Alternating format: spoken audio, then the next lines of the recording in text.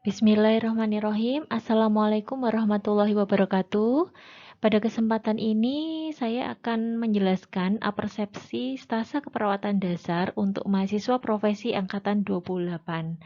Kita buka dulu dengan membaca basmalah. Bismillahirrahmanirrahim. Nah, untuk yang pertama adalah gambaran stase keperawatan dasar. Stase keperawatan dasar merupakan stase pendahuluan untuk mahasiswa profesi nurse PSIK UMY.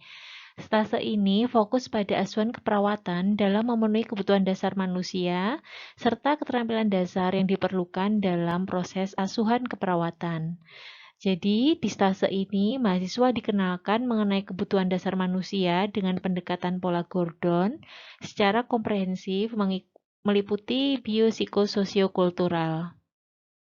Beban SKS stase ini adalah 6 SKS, yaitu setara dengan 6 minggu praktik. Nah, berikutnya adalah target kegiatan pada stase dasar. Yang pertama adalah BST sebanyak 2 kali per mahasiswa. Mahasiswa apabila berisi 6 orang akan dibagi menjadi 2 kelompok kecil, masing-masing 3 orang, dan tiap kelompok kecil mengikuti 2 kali BST. Kemudian tutorial 2 kali dengan satu kasus, kemudian MTE 3 kali, presentasi kasus 1 kali. Nah, masing-masing kelompok kecil yang berisikan 3 orang tadi memilih salah satu kasus yang menarik di antara mereka untuk jadikan perwakilan dalam presentasi kasus. Demikian juga untuk presentasi jurnal dilakukan di forum kelompok stase, namun ada 2 kelompok kecil. Jurnalnya bisa menyesuaikan dengan kasus yang diambil untuk presentasi kasus tadi. Penilaian refleksi 1 kali, portofolio 1 kali. Kemudian untuk bimbingan ASKEP, untuk minggu ketiga itu mulai dilakukan bimbingan ASKEP yang pertama ya. Jadi kemudian ada laporan komunikasi pasien dengan form API sebanyak 5 kali. Kalian bisa menggunakan 1 hari 1 kali. Jadi untuk laporan komunikasi dengan pasien nanti 3 laporan API, dengan teman sejawat 1 laporan, dan dengan keluarga pasien 1 laporan. Nah, kemudian ASKEP individu yang kedua diambil lagi pada minggu keempat pada saat di rumah sakit 1 kasus, dan ASKEP kelompok 1 kasus. ASKEP kelompok ini digunakan mahasiswa juga untuk tutorial klinik, sebagai bahan tutorial klinik. Kemudian di minggu ke-6, mahasiswa pada saat di rumah sakit lanjut untuk ASKEP yang ketiga. Kemudian target yang lain adalah DOPS dan mini CX. Di total adalah 4 kali, karena 2 kali DOPS dan 2 kali mini CX. Kemudian laporan long case ya beserta ujiannya 1 kali, dan professional behavior juga 1 kali. Nah, untuk kegiatannya, jadi kalian akan praktek selama 6 minggu, namun karena ada COVID, maka nanti ada 3 minggu online dan 3 minggu offline. Minggu ke-1 dan ke-2 kalian online, kemudian minggu ke-3 dan ke-4 mahasiswa offline atau di rumah sakit, minggu ke-5 online lagi atau daring, dan minggu ke-6 offline di rumah sakit. Ini rincian kegiatannya akan saya sampaikan ya. Untuk kegiatan minggu pertama pada saat online ya, daring atau pembelajaran daring jarak jauh, nanti kalian mendapatkan orientasi dan MTE tentang patient safety. Pada saat minggu 2, kalian akan mendapatkan MTE tentang teknologi informasi. Jadi nanti refresh lagi penggunaan IBN dan lainnya untuk mendukung kegiatan kalian selama profesi ini.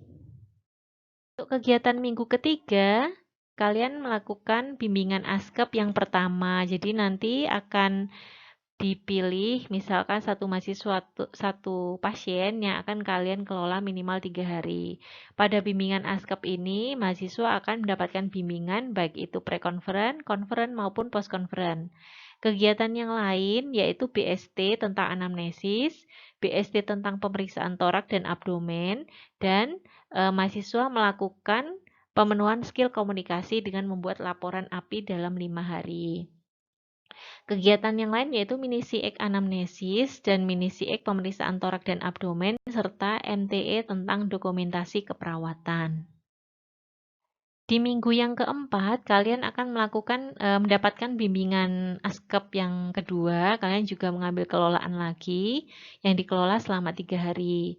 Kemudian ada tutorial pertemuan ke-1. Nah, untuk tutorial ini tidak menggunakan kasus individu, tapi di minggu keempat ini selain menghandle kasus individu, kalian memilih satu kasus yang dikelola oleh kelompok. Nah, satu kasus ini digunakan untuk pembahasan saat tutorial klinik.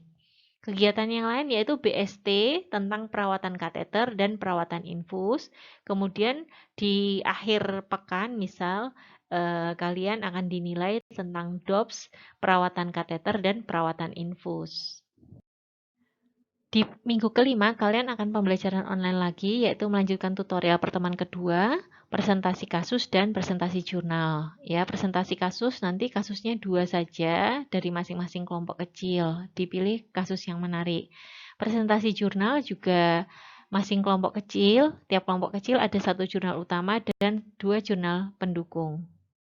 Nah, kegiatan minggu ke-6 yaitu pada saat offline di rumah sakit, yaitu ujian long case beserta menyelesaikan laporan untuk long case. Kemudian mahasiswa masih mengambil 1 kali lagi asuhan keperawatan ya untuk yang ketiga.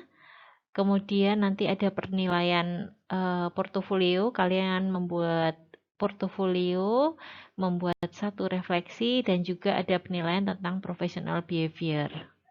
Jadi itu tadi kegiatan dari minggu pertama sampai minggu ke-6. Baik, demikian tadi penjelasan untuk kegiatan di stase keperawatan dasar dari minggu pertama hingga minggu ke-6. Alhamdulillah, semoga nanti semuanya diberikan kelancaran. Assalamualaikum warahmatullahi wabarakatuh.